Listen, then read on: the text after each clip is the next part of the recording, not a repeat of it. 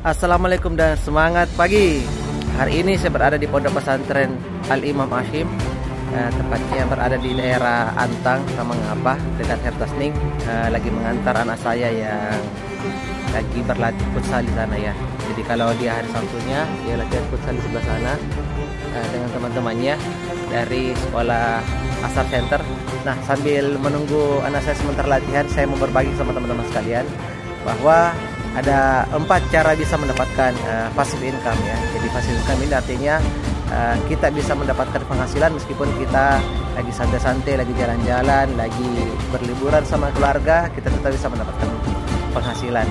Yang pertama adalah dengan cara aset yang disewakan. Jadi kalau teman-teman punya aset yang bisa disewakan, apakah itu dalam bentuk properti, tanah, ruko, atau apapun namanya ya, itu kita bisa mendapatkan passive income dari situ. Maka sebisa mungkin ketika kita memiliki penghasilan, tidak ada salahnya kalau kita menabung sedikit demi sedikit untuk selanjutnya kita membeli aset dalam bentuk properti dan sebagainya. Dan ketika kita sudah memilikinya, maka kita bisa menyewakannya, apakah dalam bentuk rumah kos, atau dalam bentuk ruko, atau dalam bentuk coworking space ya, yang saat ini lagi marak di zaman-zaman milenial. Orang menyewakan yang namanya coworking space, yaitu tempat untuk bisa digunakan untuk bekerja bersama-sama dengan yang lain.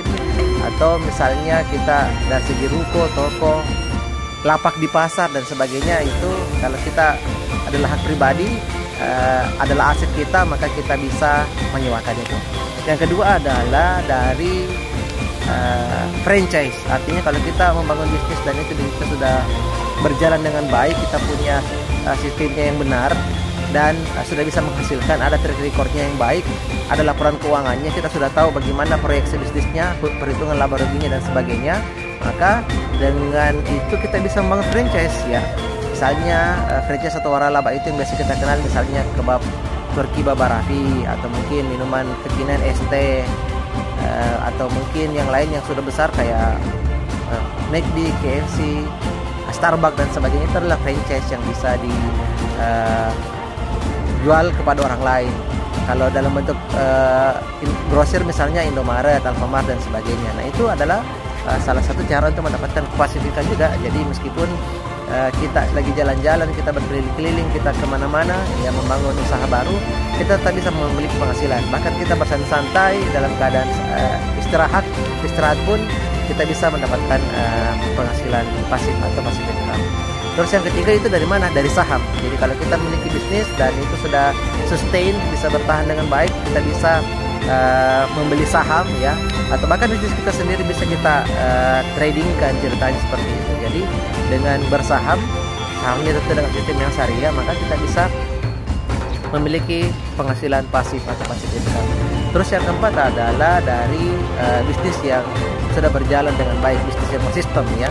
Jadi kalau kita sudah punya bisnis yang bersistem, bisa berjalan dengan baik, maka tidak ada salahnya kita membuka cabang kedua, cabang ketiga, cabang keempat dan seterusnya, bahkan cabang yang ratusan ya.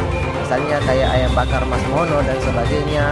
Kemudian banyak lagi cabang-cabang yang bisa kita lihat bahwa ketika bisnis itu sudah berjalan dengan lancar ya, sudah ada sistemnya, sistem keuangannya, manajemennya, kemudian personalianya, kemudian sistem produksinya, mungkin sistem distribusinya dengan baik, maka saatnya untuk kita membuat bisnis yang bersistem yang nantinya bisa menjadi passive income untuk kita.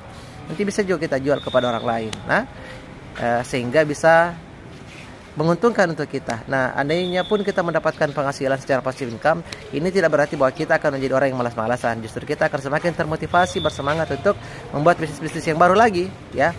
Dan kita niatkan untuk punya kebermanfaatan untuk banyak orang, niatkan untuk bisa membuka lapangan kerja untuk banyak orang. Dan dengan demikian insya Allah kita punya amal jariah yang banyak yang akan kita pertanggungjawabkan kelak dari hadapan Allah. Dari Masjid Al-Imam Hashim, saya Mr. Anhar. Assalamualaikum warahmatullahi wabarakatuh.